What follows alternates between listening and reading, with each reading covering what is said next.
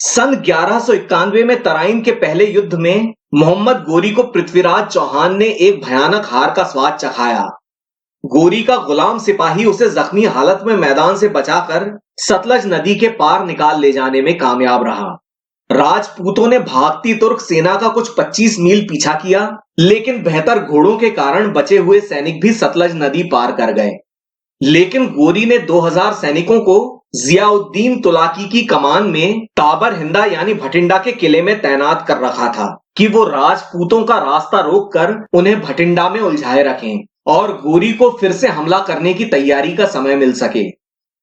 ये घेराबंदी काफी लंबी चलने वाली थी, तो पृथ्वीराज ने इसकी कमान अपने सेनापतियों के हाथ में दी और वो अजय मेरू वापस लौट गए।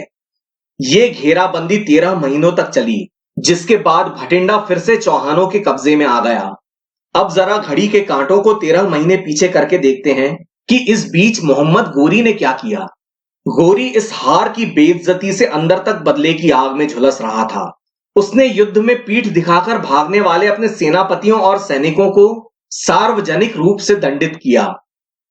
कहते हैं कि हार से बड़ा कोई शिक्षक नहीं होता, तो मोहम्मद गोरी भी सोचने लगा कि आखिर वो हारा क्यों। उसकी समझ में आ गया कि इतनी छोटी सेना ले जाकर जीता नहीं जा सकता। दूसरी बात, उसे राजपूतों को पास की लड़ाई का मौका नहीं देना चाहिए था, जिसमें गोरी की हार तय थी। पिछली 2 लड़ाइयों में उसको हाथियों से लड़ने का भी अच्छा अनुभव हो गया था, तो गोरी फिर से लड़ने को तैयार हो गया। उसने नए सिरे से सेना खड़ी की और अब की बार पहले से तादाद में दुगुनी और तैयारी में तिगुनी सेना लेकर सन 1192 में वो फिर से सतलज पार आया और उसने भटिंडा पर कब्जा कर लिया। अब अजय मेरू चलकर देखते हैं कि इस 1.5 साल में पृथ्वीराज क्या कर रहे थे। एक तो वो भटिंडा की घेराबंदी अपने सेनापतियों के भरोसे छोड़ आए थे, जिन्होंने उसे 13 महीनों तक खींचा। फिर वो गोरी पर विजय की खुशी में साल भर झूमते रहे। लापरवाही की हद देखिए कि उन्होंने अपने बेहतरीन सेनापति स्कंद और उदयराज को गोरी के संभावित हमले को रोकने को तैयार रखने की जगह इधर उधर के मामूली अभियानों पर भेज दिया। इसकी जगह अगर वो इन्हीं सेनापतियों के साथ मुल्तान या लाहौर पर धावा बोल देते तो इतिहास कुछ और ही होता। लेकिन आज तक भारत की जनता और उसी जनता के समान उसके नेताओं के पास एक धेले भर की भी दूरदृष्टि नहीं है।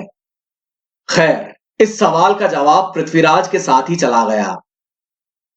पृथ्वीराज के पास यह भटिंडा पतन की खबर गोरी के एक प्रस्ताव के साथ आई थी। इस्लाम स्वीकार करो, गोरी का आधिपत्य स्वीकार करो, उसके मांडलिक बन जाओ या फिर युद्ध के लिए तैयार रहो। ध्यान रहे, इस समय तीसरा क्रूसेड चल रहा था, तो इस तरह की शर्तें हमारी समझ में आती हैं, लेकिन एक स्वतंत्र सम्राट इसको कैसे स्वीकार कर सकता था। पृथ्वीराज गोरी का मुकाबला करने चल पड़े। 1 बरस बाद उसी तराइन के मैदान में फिर से युद्ध की रणभेरी बजने वाली थी। अब आइए देखते हैं कि दोनों खेमों में सैनिकों की संख्या कितनी थी।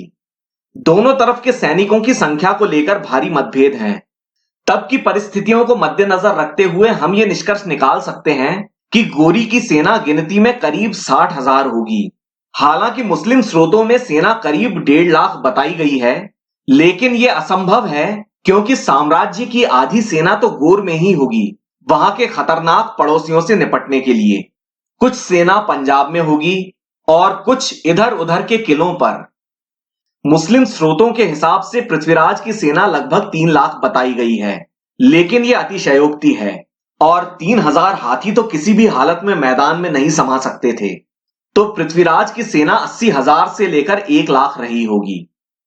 पृथ्वीराज और गोरी दोनों की सेनाओं ने तराइन के मैदान में अपने अपने पड़ाव डाले। गोरी ने युद्ध से पहले कूटनीतिक चाल चलना शुरू कर दिया।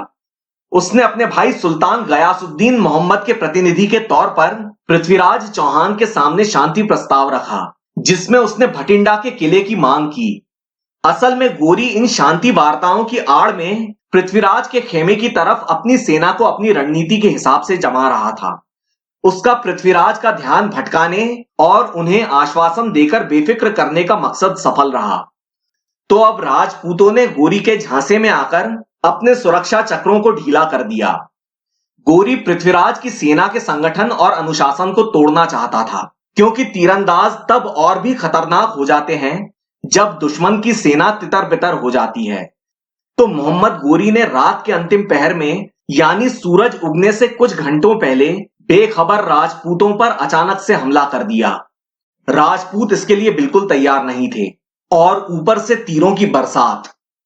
तो राजपूत खेमे में भगदड़ मच गई और भारी तबाही हुई। रात को तो हाथी भी बेकार थे, तो जैसे तैसे राजपूत इस सदमे से उबरे और उनके भारी बख्तरबंद घुड़सवारों ने तुर्क तीरंदाजों को मार भगाया।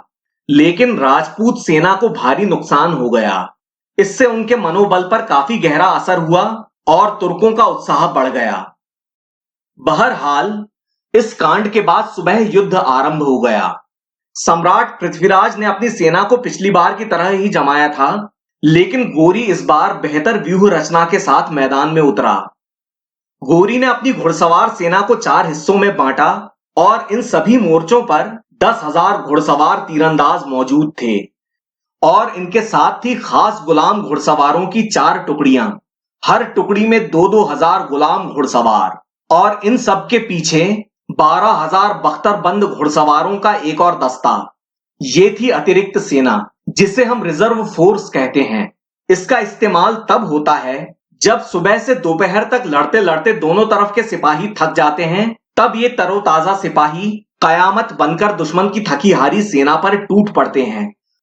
गोरी अपने गुलाम घुड़सवारों के घेरे में रहकर अपनी सारी सेना का संचालन कर रहा था।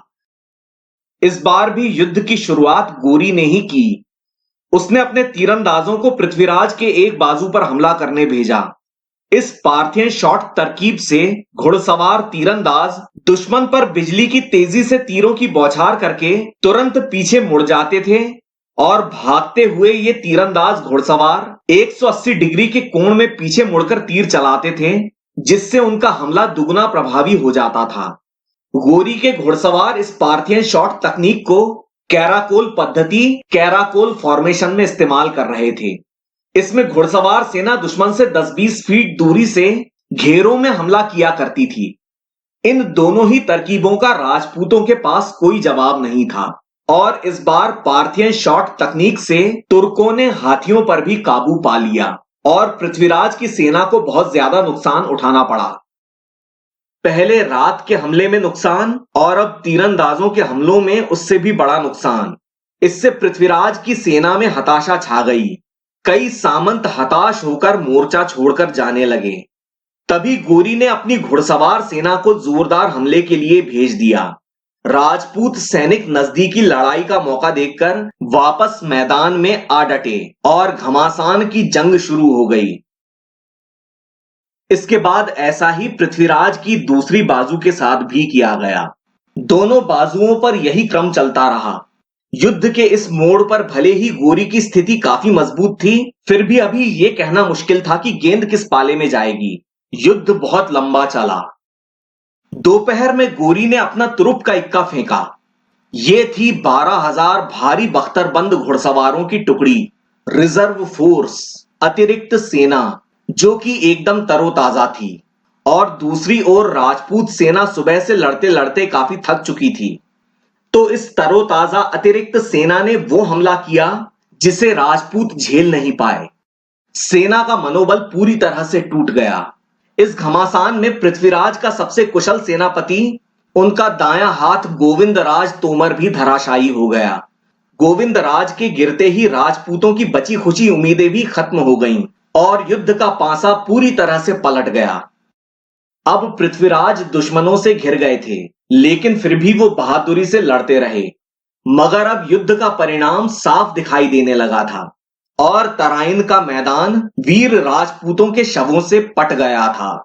पृथ्वीराज चौहान ये तराइन का दूसरा युद्ध हार चुके थे, और मोहम्मद गोरी को मिली एक ऐसी निर्णायक और लाजवाब जीत जिसने भारत का इतिहास हमेशा के लिए बदल दिया।